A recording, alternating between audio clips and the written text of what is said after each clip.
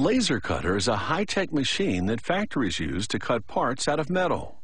The traditional way to cut metal is with a stamping press, a slower process that requires a separate tool for each type of cut. A laser cutter's computer-guided beam can precision cut virtually any shape.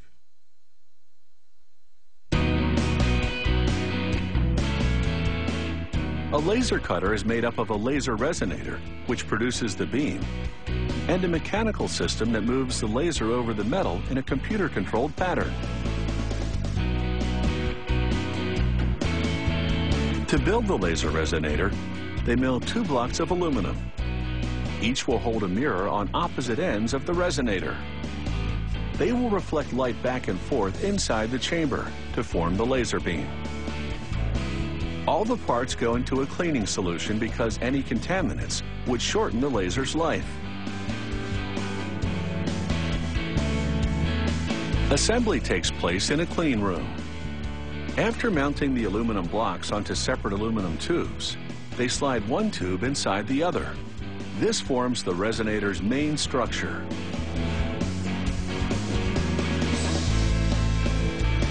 They install an electrical connector on one of the blocks. Then they mount a mirror onto each aluminum block. A generator pumps electrical energy into a pressurized mixture of gases, producing particles of light called photons.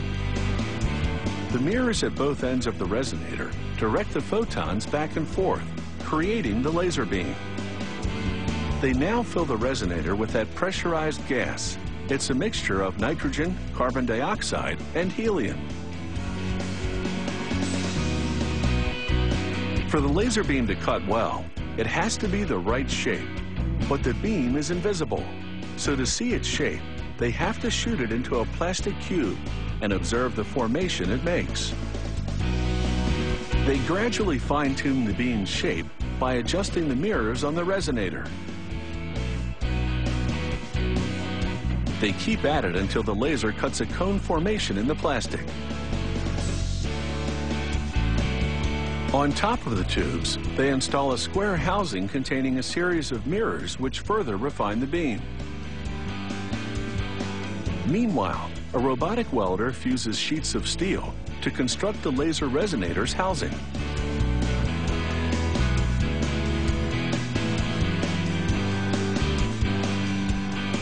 On the main machine, these large suction cups move the sheet of metal to the cutting area. The sheet remains stationary, while a motion unit moves the laser beam over it. A rack and pinion system propels the motion unit.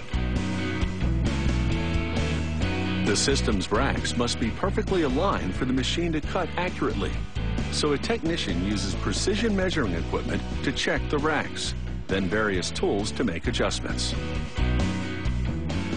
Once that's done, they set up the guide rails on which the motion unit rides, then mount the motion unit onto them.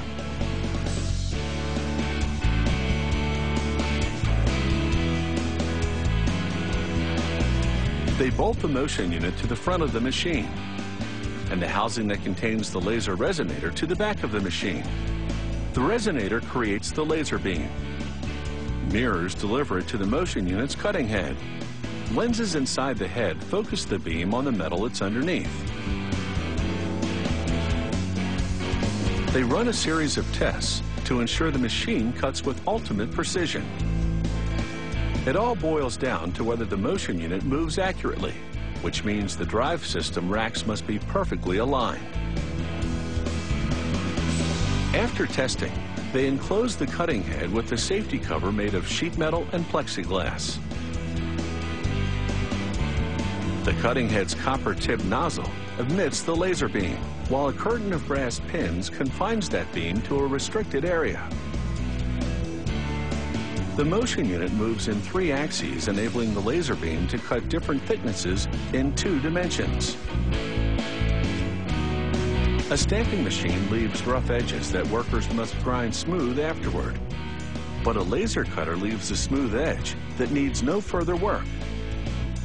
This saves on time and labor cost, making this technology a cut above.